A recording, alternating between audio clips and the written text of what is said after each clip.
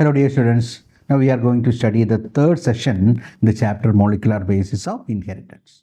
The first prime point is regarding genetic code as proposed by George Gamow. The specific sequence of nucleotides in mRNA, the direct sequence of amino acids in a polypeptide chain is called genetic code. The genetic code is a triplet code, consists of a union of 3 nucleotides. So there are 64 codons, of which 61 codons are sense codons and 3 are non-sense codons. Sense codon means a codon is capable of coding for an amino acid. Non-sense codon never code for an amino acid.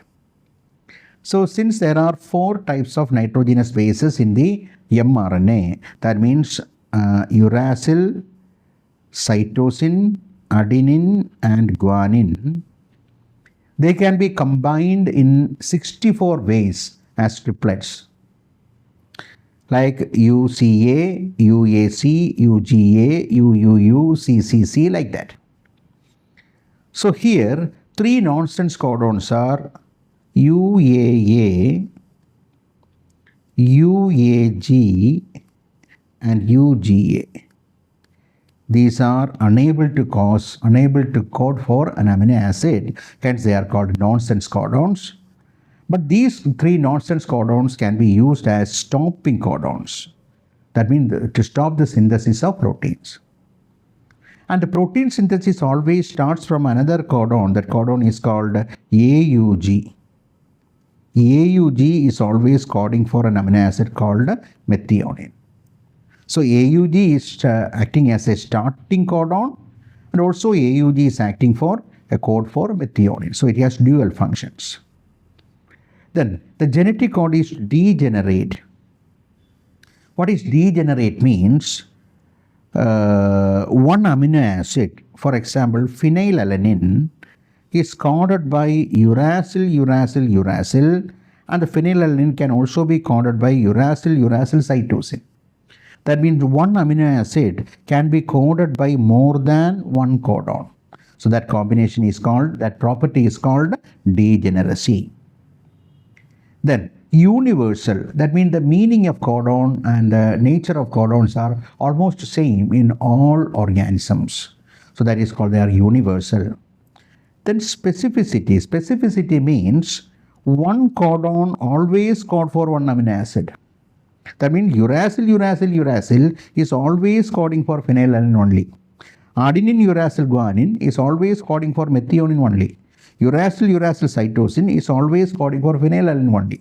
Cytosine, cytosine, cytosine is always coding for proline only, like that. So that property is called specificity, otherwise called a non-ambiguous condition. And they are also considered to be commaless. Commaless means in an mRNA, the codons are arranged without any gap in between them. There is no space in between the first codon, the second codon, third codon, etc. They are arranged continuously, so that property is called commaless. So these are the information regarding genetic code, and the genetic code is present in mRNA. The base sequence of mRNA that determines the amino acid sequence of a protein chain, a polypeptide chain, is called genetic code. Okay. Next prime point is regarding the tRNA molecule. The tRNA is used for transferring amino acids from different parts of the cells towards the site of protein synthesis. So here the tRNA molecule is called adapter molecule as described by Francis Crick. It is an RNA molecule that is used for transporting amino acids towards the site of translation. tRNA molecule have an anticodon loop and an amino acid receptor end. That means a tRNA molecule has an inverted L-like structure. At the short arm, the 3 nucleotide bases are there that forms what is called anticodon. Anticodon is complementary to the codon of mRNA. So suppose this is a mRNA and the mRNA has so many codons. These are the codons. codons in mRNA, anticodon in tRNA. At the other end, it is used for combining with the amino acid. This is amino acid. So a tRNA has an anticodon loop and an amino acid acceptor end. Okay. The anticodon loop has a combination of 3 nucleotides where the base sequence is complementary to that of codon of mRNA. This is what is called anticodon. tRNA molecule has a 2-dimensional structure that looks like a clover leaf. It has a 2-dimensional structure like this that look like the leaf of a clover. It's a clover leaf model, and a 3-dimensional structure called inverted L. The tRNA with the anticodon UAC is called initiator tRNA. So if the codon is AUG, its anticodon will be UAC, and the UAC anticodon tRNA transports methionine. That is why we are saying that AUG is coding for methionine. How the AUG is coding for methionine? AUG combines with the UAC anticodon. UAC anticodon tRNA will bring only methionine. Okay. So tRNA with anticodon UAC is called initiator tRNA as it is complementary to the initiation codon AUG, which binds to the amino acid methionine. The next prime point is translation. Translation means the synthesis of protein from RNA. The process is also called gene expression or the synthesis of polypeptide chain from mRNA. The synthesis of polypeptide chain by combining amino acids in a specific order based on the codon sequence of mRNA. The bond by which adjacent amino acids are connected together is called peptide bond and is catalyzed by the enzyme peptidyl transferase or peptide synthetase. So amino acids are connected together in a sequential order in order to form a polypeptide chain. So this will be the first amino acid, this will be the second amino acid, this will be the third amino acid, fourth amino acid, fifth amino acid, like that. And the arrangement of amino acid is based on the base sequence, the codon sequence in mRNA. This is the codon sequence and each codon coding for a particular amino acid. And the synthesis of polypeptide chain, that means the process of translation can be divided into 3 stages. The first one is called initiation. Initiation is the incorporation of the first amino acid. Then further amino acids are sequentially attached to the first amino acid. The process is called elongation. And the attachment of final amino acid, the process is called termination.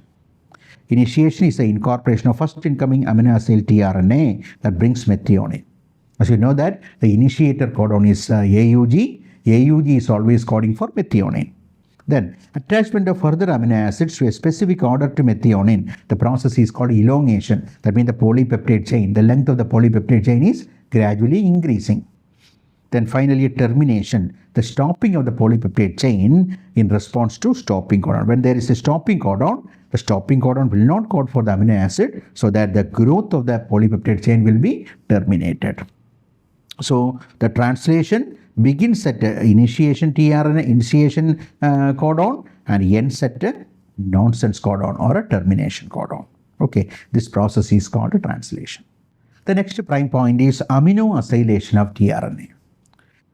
We already studied that the tRNA is a transport carrier for transporting amino acid.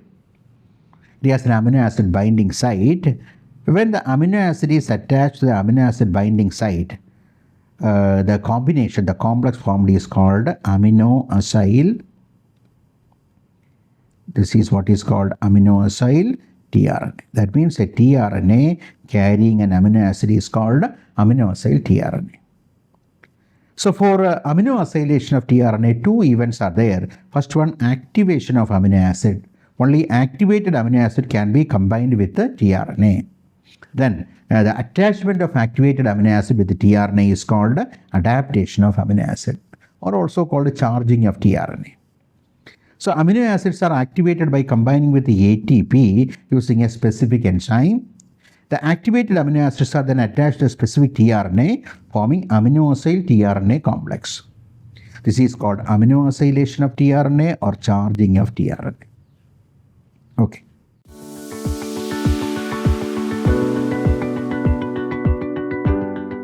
The second point regarding protein synthesis is the peptide bond formation. When two amino acyl tRNA are brought close enough, suppose this is one amino acyl tRNA carrying amino acid 1, and this is another amino acyl tRNA carrying amino acid 2. This is amino acid 1, this is amino acid 2. These tRNA have specific anti-codon sequences also. They are attached to the specific codon sequence of mRNA. And this mediation takes place with the help of a ribosome. Ribosome has a 70S ribosome in prokaryotes and 80S in eukaryotes. A ribosome has two subunits, a smaller subunit and a larger subunit. Smaller subunit is 30S in prokaryotes and 40S in eukaryotes. Larger subunit is 50S in prokaryotes and 60S in eukaryotes. Anyway, ribosome consists of two units. And the larger subunit contains two sites. One is called A site and the other one is called P site. A site accepts amino acyl tRNA. And the amino acid is given for polypeptide chain synthesis, and the tRNA will be released through the P site. So here the larger subunit has two specific sites, A site for accepting amino acyl tRNA and P site for removing tRNA.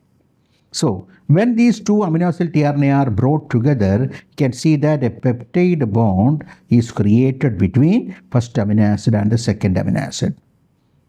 Once the peptide bond is produced, the combination between first amino acyl tRNA and the amino acid will be broken. Okay. Once it is broken, that amino acid will be sent out through the P site. Now the second incoming amino acyl tRNA has two amino acids, amino acid 1 and amino acid 2. When the third incoming amino acyl tRNA comes, there will be a peptide bond between the second amino acid and the third amino acid, and the second incoming amino acyl tRNA will be removed like that. So this is how the peptide bond formation and the polypeptide chain elongation take place during the time of translation. Now we are moving on to the next prime point regarding gene regulation. Regulation means the controlling of gene expression, and this was proposed by Jacob and Monod. We have to study the gene regulation mechanisms in prokaryotes by a system. That system is called operon system. So in the case of operon system, every gene called structural gene has a control gene also. That means this is a structural gene. Gene means a portion of the DNA, and this is a structural gene. And the structural gene is controlled by another gene. That gene is called control gene. And the combination of control gene and the structural gene is also called operator. So any operating system consists of a functional gene. The functional gene is called a structural gene, and the control gene, which make the structural gene on or off. The combination of control gene plus structural gene form operon.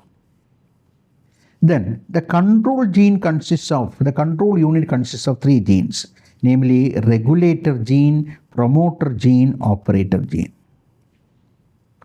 Three genes are connected together forming what is called control genes. The regulator gene produces a protein. That protein is called a repressor. That is a function of regulator gene. The promoter gene is the binding site of the enzyme RNA polymerase.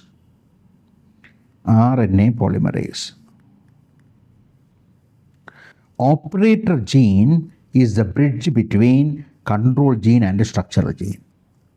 The RNA polymerase, which enters into the promoter, moves towards the structural gene by way of the bridge. That bridge is called operator. So regulator produces a protein called a repressor. Promoter is the binding site of RNA polymerase. Operator is the moving bridge through which the RNA polymerase reaches the structural gene. Only when the RNA polymerase reaches the structural gene will become functional. That means the structural gene can produce specific proteins. Okay, so this is how the switch mechanism, that means the operator system is working. The regulator gene produces a protein called a repressor. The promoter gene is the binding site for enzyme RNA polymerase. Operator gene is the pathway for RNA polymerase from promoter to structural gene. Now we have to study an example for the operon system in E. coli bacteria, that is called a lac operon. Lac operon is a lactose operon for the utilization of lactose. Two conditions are there. If the lactose is absent, the lac operon will be off. If the lactose is present in the medium, the lac operon will become on.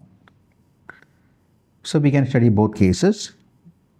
So here in the lac operon system,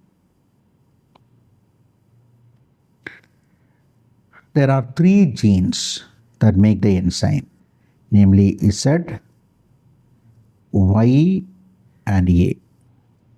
These are the structural genes. And we already studied that the control genes, regulator gene, promoter gene, operator gene, isn't it? So these are the control genes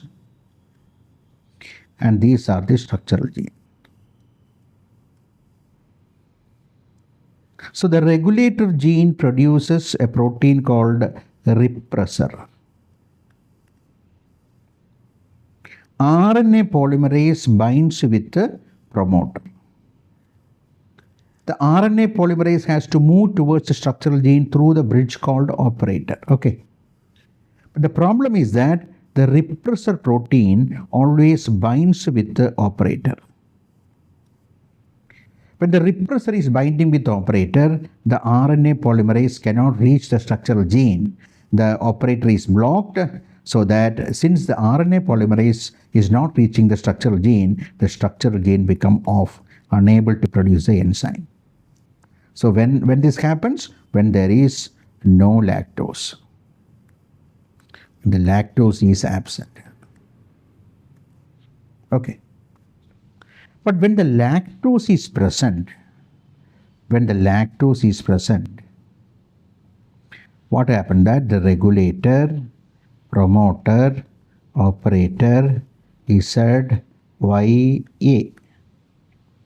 The regulator produces the repressor protein. The repressor protein binds with lactose. The lactose is acting as inducer.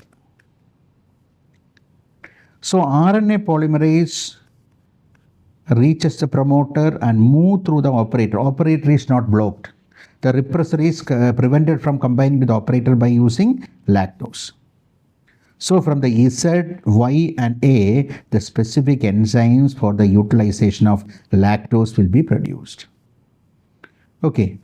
So the Z will produce an enzyme called beta-galactosidase. Y will produce an enzyme called galactoside permease, and A will produce an enzyme called galactoside transacetylase. I will read. The lac operon off condition, lactose is absent.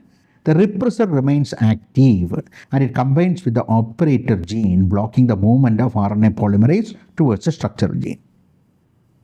The structural genes remain off due to the non-availability of RNA polymerase, no transcription and no translation.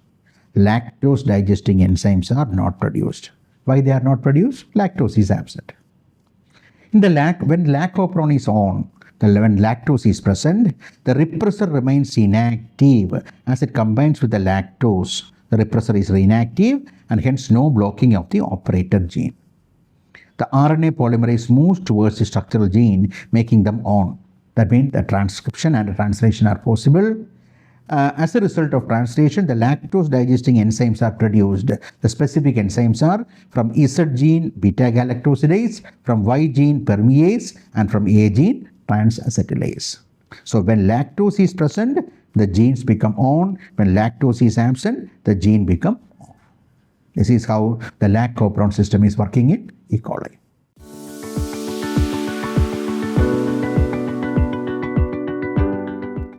The next prime point is regarding Human Genome Project, only the main points. Human Genome Project launched in the year 1990 and completed in the year 2003. It's a 13-year mega project coordinated by US Department of Energy and National Institute of Health. The salient features of human genome: the total number of genes around 30,000. The average gene size around 3,000 bases. The total number of base pairs 3164.7 million. It's a very important number. The largest gene is a dystrophin, 2.4 million bases. The coding genes less than 2%. Genes with the unknown function around 50%. The total number of single nucleotide polymorphism or SNP 1.4 million. The percentage of similarity 99.9%. Most number of genes are present in chromosome 1. Number of genes in the chromosome 1 2968. Least number of genes are present in chromosome Y. The total number of genes in the chromosome Y 231. So these are some of the salient features of human genome. Next prime point is regarding the DNA fingerprinting as developed by a scientist called Alec Jeffries. DNA fingerprinting involves the identification of differences in some specific regions of DNA sequences called as repetitive DNA. These repetitive DNA are separated from the bulk genomic DNA as different peaks in the density gradient centrifugation.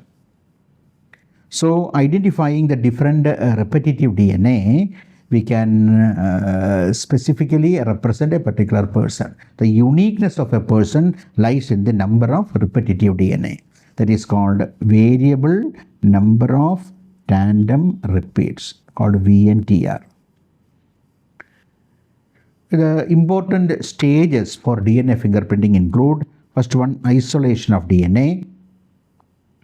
Then restriction digestion of isolated DNA. Restriction digestion means breaking the DNA by using restriction enzymes. Then the separation of restriction fragments by gel electrophoresis. When we are breaking the DNA into small fragments, each fragment is called a restriction fragment, and they can be separated from other such fragment by a mechanism called gel electrophoresis. Then the transfer of these fragments, the separated fragments, into a nitrocellulose or nylon paper by a mechanism called southern blotting. Then once it is blotted on paper or a nylon membrane, they are hybridized using a radioactive VNTR probe. Then identification or detection of this hybridized DNA fragment by autoradiography, so that we will be getting the DNA fingerprint. So these are the 6 stages of DNA fingerprinting: isolation of DNA, restriction digestion of DNA, gel electrophoresis, southern blotting, and hybridization of VNTR probe, then identification by autoradiography. So these are the prime points in this chapter, molecular basis of inheritance. Okay, thank you.